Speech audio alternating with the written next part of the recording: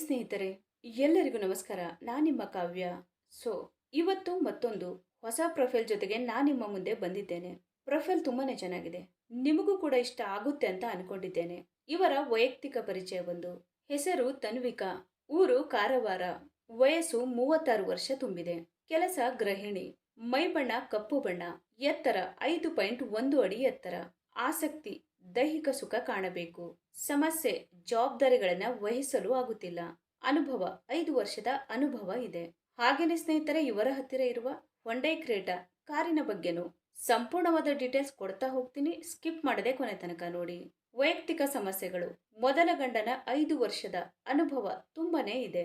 ಹೆಣ್ಣಿನ ಸಹವಾಸ ಮಾಡಿ ಕುಡಿತಕ್ಕೆ ಬಲಿಯಾಗಿ ತೀರಿಕೊಂಡಿದ್ದಾರೆ. 2 ಹೆಣ್ಣು ಮಕ್ಕಳ ಜೊತೆ ಮನೆಯ ಜವಾಬ್ದಾರಿ ವಹಿಸಿದ್ದೇನೆ. ದೈಹಿಕ ಸುಖಕ್ಕಾಗಿ ಒದ್ದಾಡುತ್ತಾ ಇದ್ದೇನೆ. ಏನು ಮಾಡುವುದು ಗೊತ್ತಿಲ್ಲ. ಸ್ನೇಹಿತನ ಅವಶ್ಯಕತೆ ಇಲ್ಲ. 2ನೇ ಮದುವೆ ಆಗಬೇಕು. ಓಕೆನಾ? ನೋಡಲು ಕಪ್ಪಾಗಿ ದಪ್ಪವಾಗಿ ಇದ್ದೇನೆ. ಅಷ್ಟೊಂದು ಅಂದವಾಗಿ ಇಲ್ಲ. ಬಾಳು ಕೊಡುವವರು ನನ್ನ ಮಕ್ಕಳ ಜವಾಬ್ದಾರಿ ವಹಿಸಿಕೊಳ್ಳಬೇಕು. ವರನ ಗುಣಗಳು ಹೀಗಿರಲಿ: ಸೌಂದರ್ಯದ ಬಗ್ಗೆ ಅಭ್ಯಂತರ ಇಲ್ಲ. ಸಂಬಳ ಇರಬೇಕು. ಬದುಕು ತುಂಬಾನೇ ಪಾಠ ಕಲಿಸಿದೆ. ಅರ್ಥ ಮಾಡಿಕೊಂಡು ಬಾಳಬೇಕು. ಹಿಂದಿನ ಜೀವನದ ಬಗ್ಗೆ ಮರುಕಳಿಸುವುದು ಯಾವುದೇ ಕಾರಣಕ್ಕೂ ಬೇಡ. ಸುಖ, ಶಾಂತಿ, ನೆಮ್ಮದಿಯ ಬದುಕು ಕಾಣಬೇಕು. ಹಿತವಾದ ಮಾತು, ಮೃದು ಸ್ವಭಾವ ತುಂಬಾನೇ ಮುಖ್ಯ. ಗೃಹಿಣಿಯಾಗಿ ಬಾಳುವೆ. ಹೊರಗಡೆ ಕೆಲಸಕ್ಕೆ ಕಳಿಸಕೂಡದು.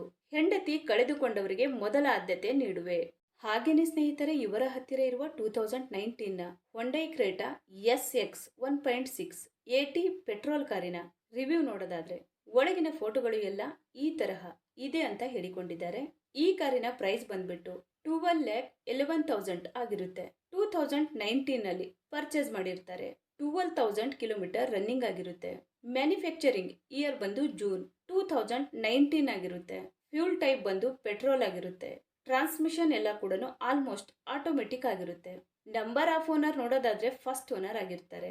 ಇನ್ಸೂರೆನ್ಸ್ ನೋಡೋದಾದ್ರೆ ಎಕ್ಸ್ಪೈರ್ ಆಗಿದೆ ಅಂತ ಹೇಳಿಕೊಂಡಿದ್ದಾರೆ. ಸ್ನೇಹಿತರೆ, ಈ ಕಾರಿನ ಒಳಗಡೆ ಸೀಟ್ ಎಲ್ಲ ಈ ತರಹ ಇದೆ ಅಂತ ಹೇಳಿ ಮಾಹಿತಿಯನ್ನ ಸ್ಪಷ್ಟವಾಗಿ ತಿಳಿಸಿಕೊಟ್ಟಿದ್ದಾರೆ.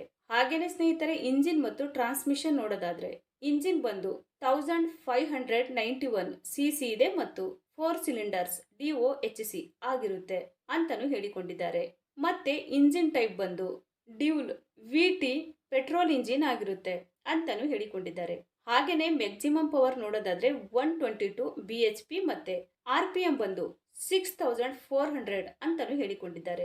ಮತ್ತೆ ಟೋರ್ಕ್ಯೂ ಬಂದು 151 Nm ಆಗಿರುತ್ತೆ ಅಂತಾನು ಹೇಳಿಕೊಂಡಿದ್ದಾರೆ. ಸ್ನೇಹಿತರೆ, ಇದು ಇಷ್ಟು ಈ ಒಂದು ಕಾರಿನ ಕಂಪ್ಲೀಟ್ ರಿವ್ಯೂ ಆಗಿರುತ್ತೆ. ನಿಮಗೇನಾದ್ರೂ ರಿವ್ಯೂ ಇಷ್ಟ ಆದ್ರೆ ಲೈಕ್ ಮಾಡಿ. ಹಾಗೆ ಬೇರೆ ಏನಾದ್ರೂ ಇನ್ಫಾರ್ಮೇಶನ್ ಬೇಕಾದ್ರೆ ಚಾನೆಲ್ಗೆ ಜಾಯಿನ್ ಆಗಿ ಕಾಂಟ್ಯಾಕ್ಟ್ ಮಾಡಿ. ಧನ್ಯವಾದಗಳು.